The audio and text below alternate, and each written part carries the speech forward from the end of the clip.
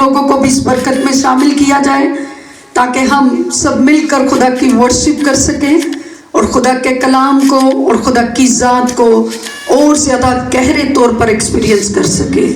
सिर्फ कलाम सुनकर नहीं, बल्कि कलाम पर अमल करके हम अपनी जिंदगियों से उसको जलाल दे सकते हैं। क्योंकि कलाम मुकद्दस में लिखा है, सुनने से ईमान पैदा होता है और सुनना मसीह के कलाम से। फिर मुकाशफा की किताब में लिखा है कि इस नबूवत की किताब का पढ़ने वाला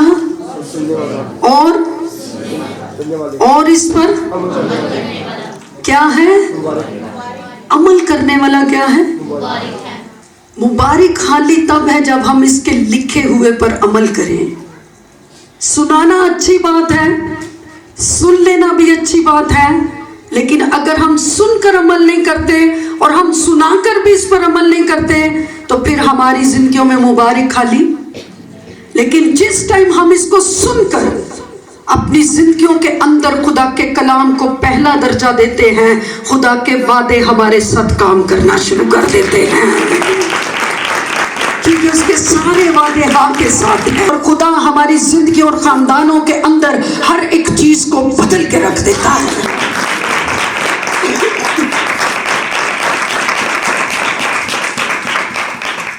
आइए हम कलाम की तरफ बढ़ेंगे। आज का टाइटल है, अगर तू ईमान लाएगी तो खुदा के जलाल को देखेगी।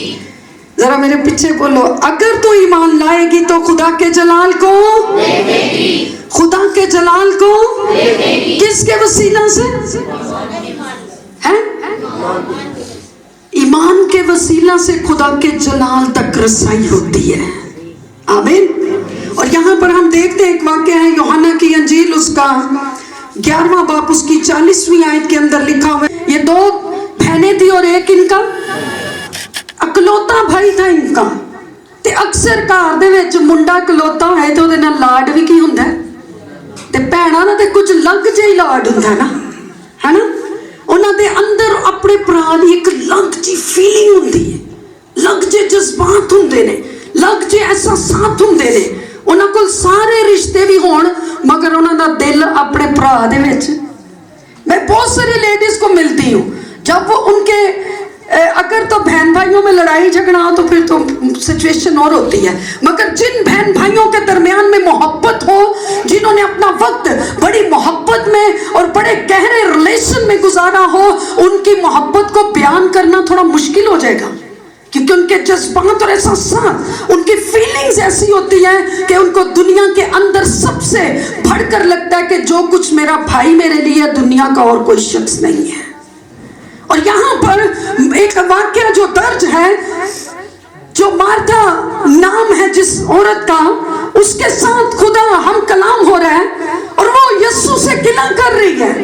कहते यीशु, जब मेरा भाई बीमार था और वो तड़प रहा था, वो दर्द के अंदर था और निहायत दुख और तकलीफ की हालत के अंदर था, और मैं तुझे पुकार रही थी, मैंने बहुत सारे लोगों के हाथ तुझे मैसेज भेजे, मगर तू मेरे भाई के लिए, काश अगर तू आ जाता तो मेरा भाई।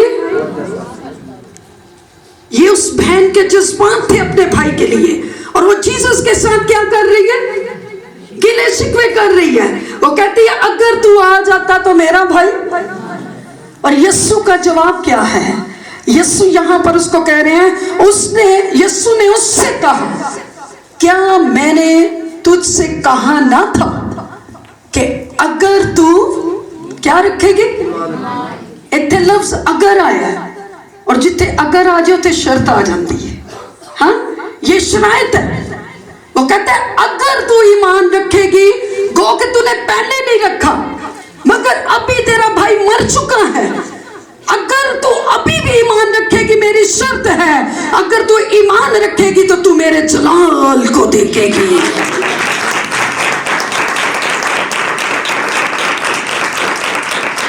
और ईमान एक ऐसी चीज है, ईमान की ये सिफ्त है कि कुछ ना भी हो, आप ईमान रखें, आपके ईमान से चीजें बनना शुरू हो जाती हैं, आपके ईमान से चीजें तख्लीक हो जाती हैं। जैसे ये ये चर्च कोई नहीं था। अभी यहीं से छोटी सी गवाही का आगाज करते हैं। ये चर्च कोई नहीं था। जिस दिन पिछले साल के अंदर हमने 3 रोजा मीटिंग शुरू की, यहाँ पर मेरी टीम के बहुत सारे लोग बैठे हुए हैं और मैंने उनको कहा 2023 में हम चर्च बिल्डिंग के अंदर होंगे, और खुदावन के फजल से खुदा ने 2023 में हमें ये बिल्डिंग दे दी। मैं अपने संडे स्कूल के बच्चों को, उनकी टीचर्स को कहती थी, हम होम चर्च चला रहे थे, मैंने कहा बहुत जल्द खुदा हमें क्या दे देगा? ते पैसा कोई नहीं, कुछ भी नहीं था, सोचा भी नहीं था। जो खुदा ने ईमान से की हुई दुआ के वसीला से हमारी जिंदगियों के अंदर इस मोर्चे को कायम कर दिया। मैं अक्सर गवाही देती हूँ, 1 महीना 10 दिन डबल बिल्डिंग खुदा ने दी, और ये किसके वसीला से हुआ? इस चर्च की हर ईंट ईमान के साथ लगी है, चाहे इस पर लाखों रुपए लगे, मगर मैं, अगर कोई मुझसे पूछे ये कैसे बना, तो मैं आपको एक ही बात कहूंगी कि ये ईमान के वसीला से खुदा ने बनाया। इसमें किसी इंसान की कोई कुव्वत, उसकी लियाकत, उसकी कोशिश, उसकी किसी भी एफर्ट से या किसी भी कुर्बानी से नहीं बना, बल्कि ये खुदा के जोर, उसकी कुदरत, उसके जलाल के लिए बना है, और ये ईमान की बुनियाद से बना है।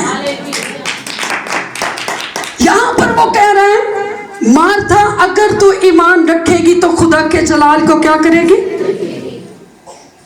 वो कहती है, सुनिएगा उसका जवाब क्या है।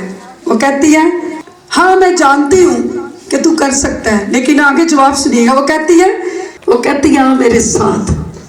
जब उसको लेकर गई और उसकी कब्र के पास जाकर वो खड़े हो गए और जीसस रो रहे हैं, और उस जगह पर वो कहती है, अगर तू यहाँ पर होता तो मेरा भाई। जीसस ने कहा, अगर तू ईमान रखेगी तो खुदा के जलाल को, अगर तू ईमान रखेगी तो खुदा के जलाल को। तो यहाँ पर वो कहती है, जीसस, उसने कहा पत्थर हटा। कहती है, हुण रहन दे, हुण इनू ते मरे हुए कितना अरसा? 4 दिन हो गए ने, हुणे दे चुकी आंदी होगी, हाँ इसमें से स्मेल आती होगी।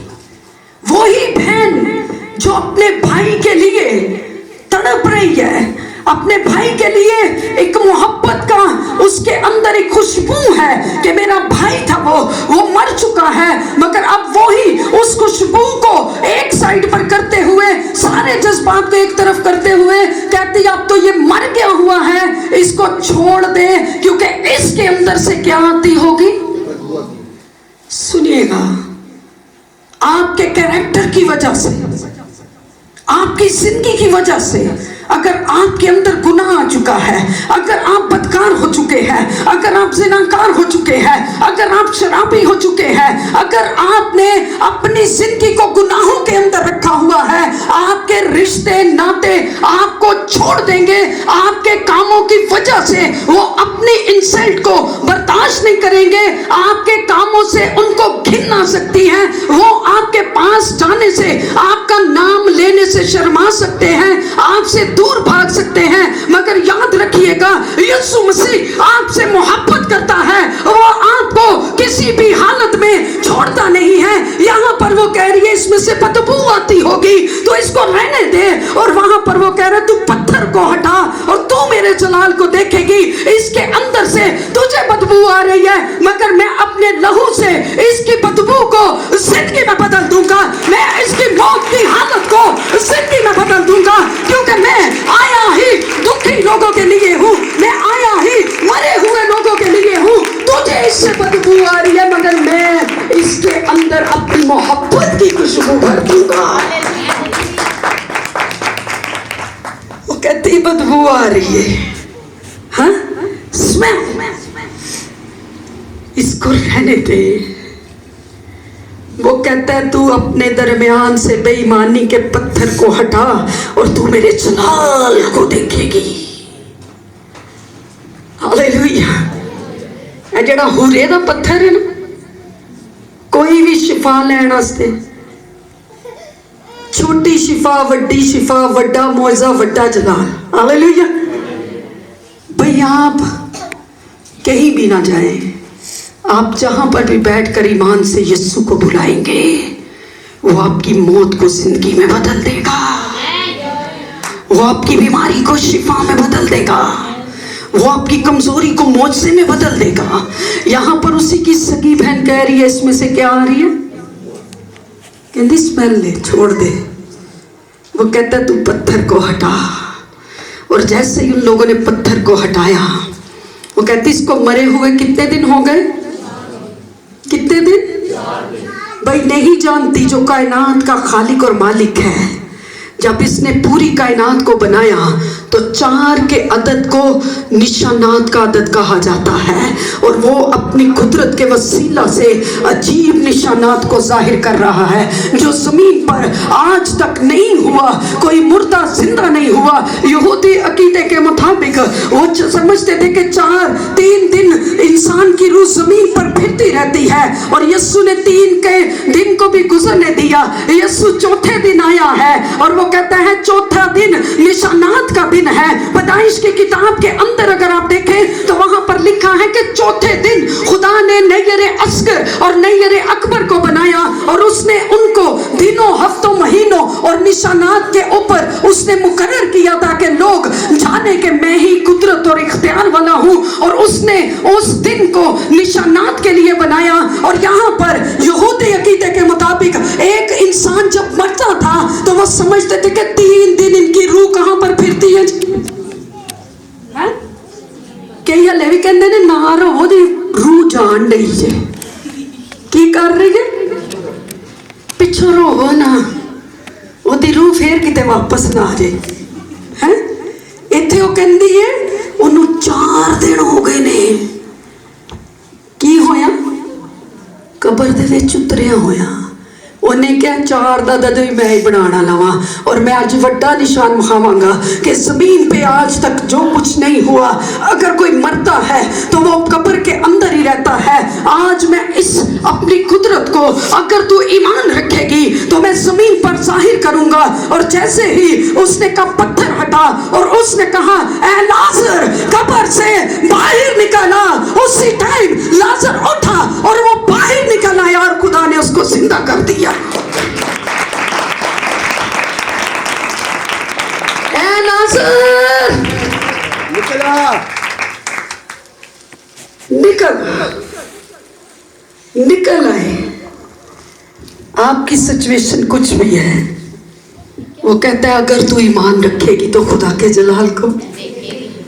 आपकी हालत कैसी भी है, आपको जो लगता है ना नहीं हो सकता, मैं यहाँ पर दावा करके कहती हूँ आप ईमान रखें, खुदा नामुमकिन में से मुमकिन को पैदा करने की कुदरत रखता है। जब हम ईमान का इजहार कर रहे हैं तो वो किस दर्जे का है, जरा पढ़िएगा अमाल की किताब 14वां बाब उसकी 9 आयत। यहाँ पर देखिएगा, ये मोजज़ा लेने का ईमान है और शिफा लेने का ईमान है।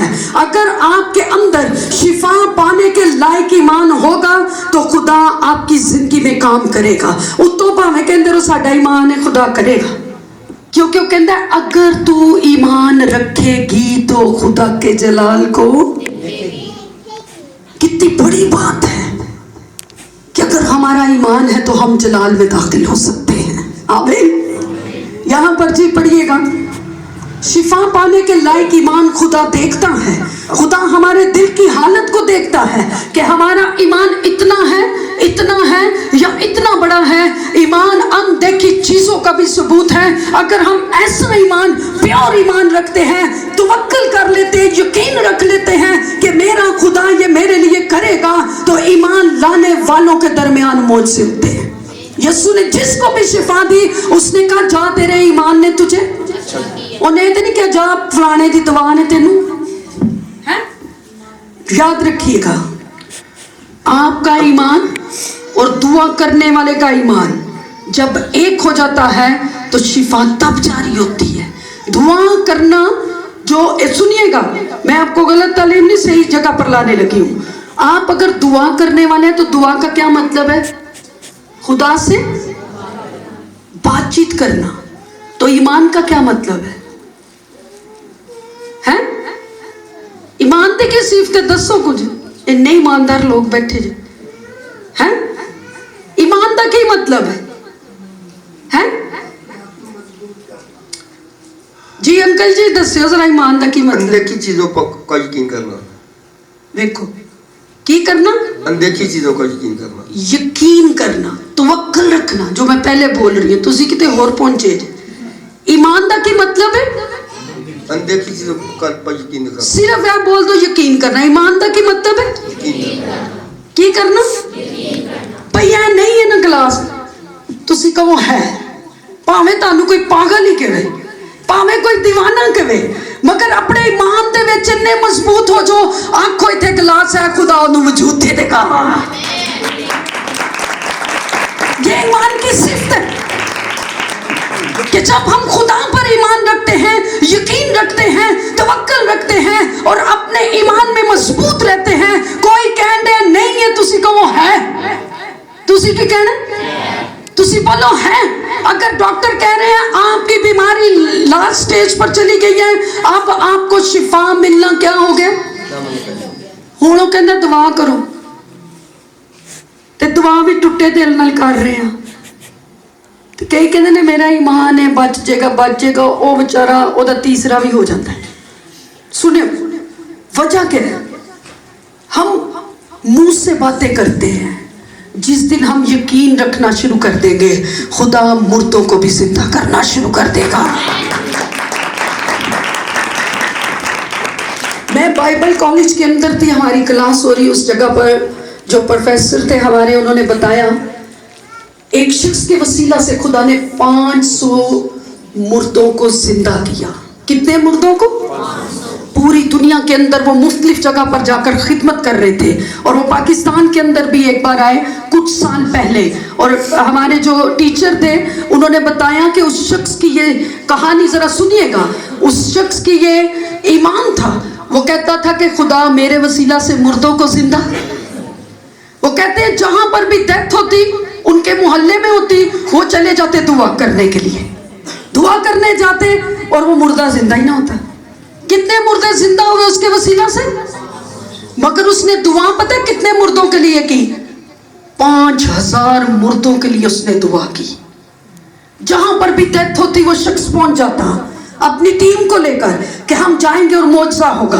एक वक्त आया उनकी टीम भी शर्मिंदा होना शुरू हो गई। उसने कहा कि आप शर्मिंदा ना हो, जो हम ईमान यकीन रख रहे हैं खुदा हमारे वसीला से हजारों को जिंदा करेगा। उसने 5000 लोगों के लिए, आप देखिए उसकी प्रैक्टिस कैसी थी, उसका यकीन कैसा था, उसके ईमान से कुछ भी नहीं हो रहा, वो फिर भी ईमान में खड़ा है। वो कहते हैं उसने बताया कि मैं जब भी दुआ के लिए जाता जहां पर मुर्दा पड़ा होता तो उस जगह पर लोग हंसना शुरू कर देते। ये आया कि ये नु है की करना है, कहते ने जिंदा करना आया दे वसीले होना नहीं। उस शख्स को ठट्ठों में उड़ाया गया, उसके ईमान को ठट्ठों में उड़ाया गया, मगर उसने कहा कि मैं अपने खुदा पर यकीन रखता हूं कि वो मेरी खिदमत को बढ़ाएगा। और आज दुनिया के अंदर खुदा ने उसको बड़ी मिनिस्ट्री दी है। उसके वसीला से, उसकी दुआओं के वसीला से 500 मुर्दों को खुदा ने जिंदा किया और खुदा ने एक बड़ी मिनिस्ट्री उसको दी है।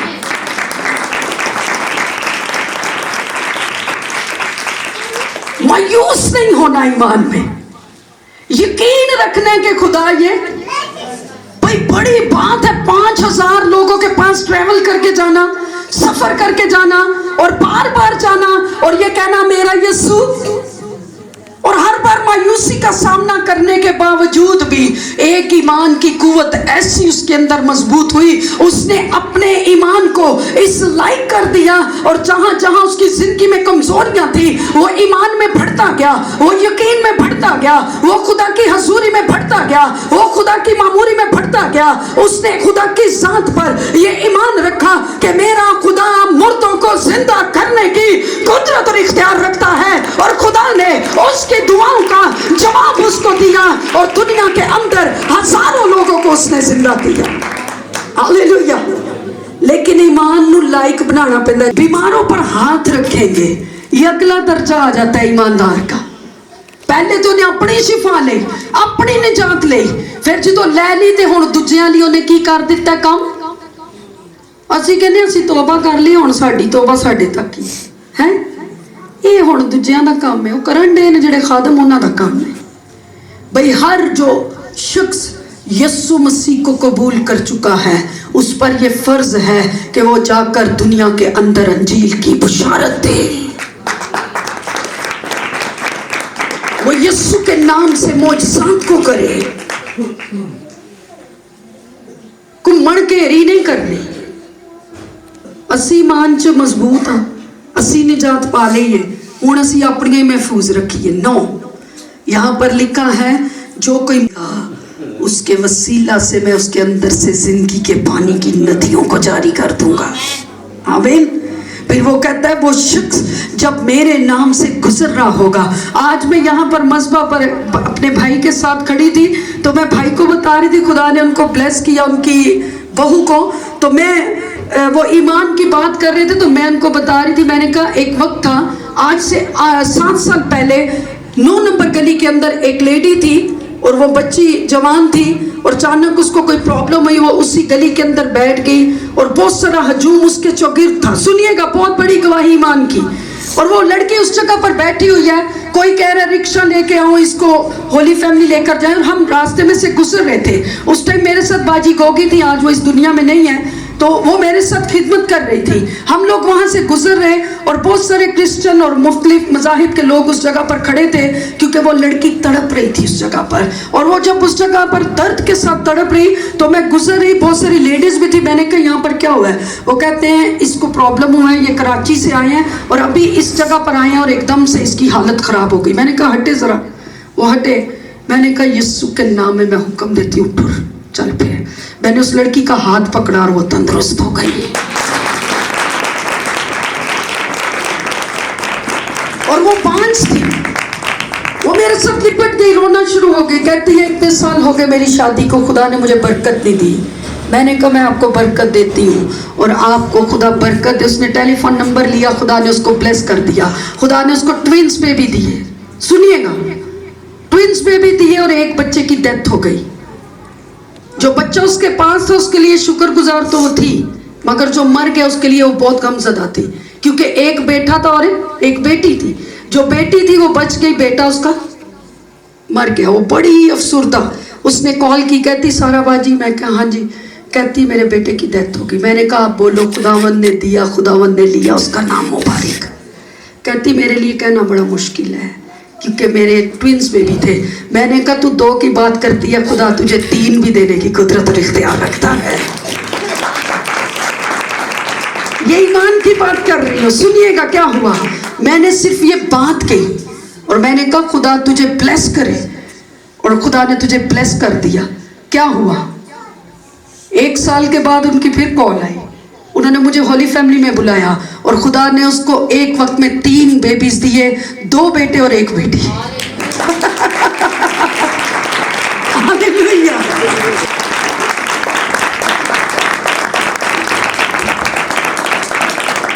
अगर तू ईमान रखेगी तो खुदा के जलाल को।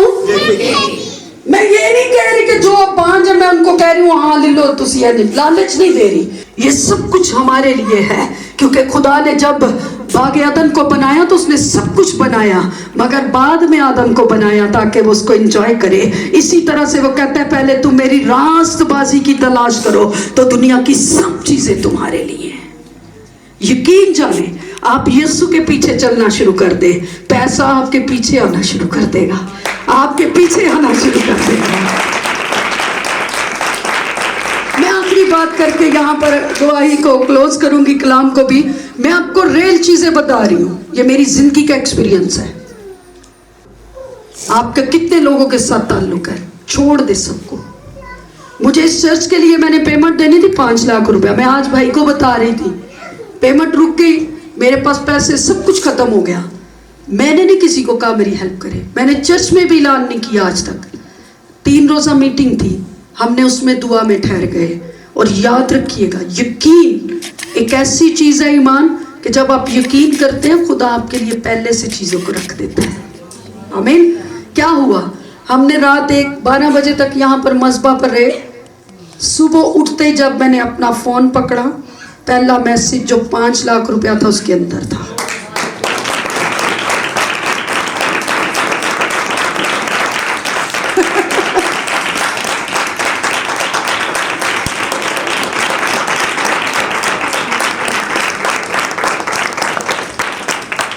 और जिस बहन ने भेजा उसकी गवाही है, वो रात पूरी नहीं सोई।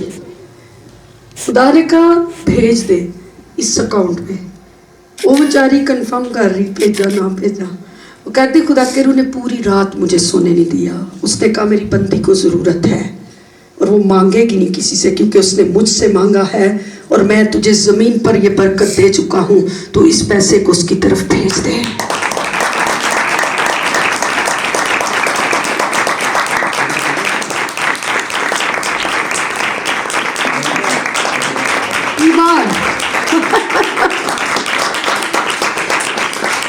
लिसिया हिले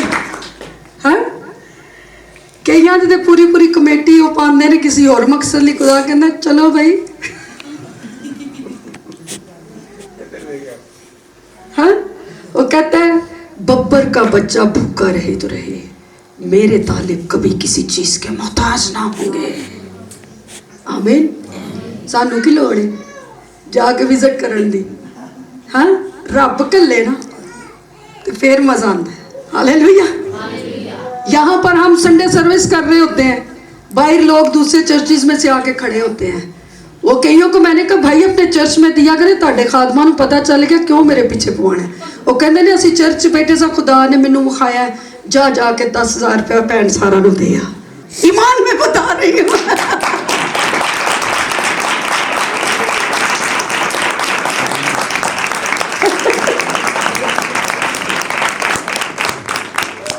प्रीच कर रही हूँ, भाई बाहर से देख रहे हैं। मैंने अपने भतीजे को कहा जाओ उनसे पूछो क्या काम है। वो कहता है मैंने उनसे मिलना है, बाजी से मिलना है। मैंने कहा अच्छा आए। मैंने कहा जी, कहते हैं मैंने कहा भाई आप इधर आ गए, आपके पास्टर बुरा ना बनाए। कहता है बाजी पास्टर नूं बनाने दो, किते रब ना बुरा बना जे, ना मेरा खाता गोल हो जे। कहते हैं आप ये ले ले, मैं लेकर नहीं जाऊंगा, वो जबरदस्ती मुझे दे करके। Hallelujah hallelujah. और बहुत दफा हुआ, मुझे नहीं पता होता, वो बाहर आए हुए होते हैं। कभी मैं अपने घर के अंदर हूँ, खुदा भेज देते हैं लोगों को, खुदा कहता है जाओ देकर आओ। मैनू कभी मंगना ही नहीं पिया, क्योंकि मैं हमेशा उहदे अल वेख्या।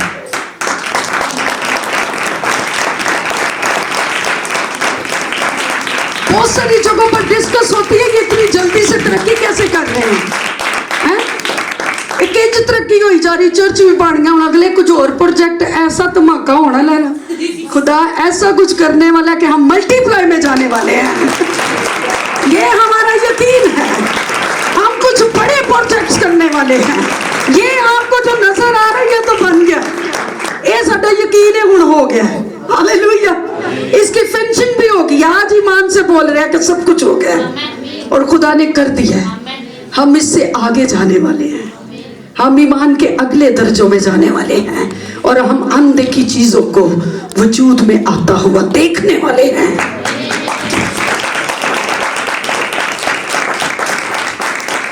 हम सिर्फ मौजों की, पैसों की बात नहीं करते, हमने यहाँ पर खुदा के बड़े जलाल को देखना है। आप देखेंगे इस चर्च के अंदर खुदा ऐसा लेवल लाएगा कि यहाँ पर लोग खुली और बंद आंखों से खुदा के जलाल को और मौजज़ात को रूनुमा होता हुआ देखेंगे यीशु के नाम में। अगर तू ईमान लाएगी तो खुदा के जलाल को, अगर तू ईमान लाएगी तो खुदा के जलाल को। ईमान इस तौर से हो कि हमें ईमान का इजहार ना करना पड़े, ईमान बोल उठे और चीजें वजूद पकड़ना शुरू कर दे। हालेलुया। आइए अपने कदमों पर खड़े होंगे।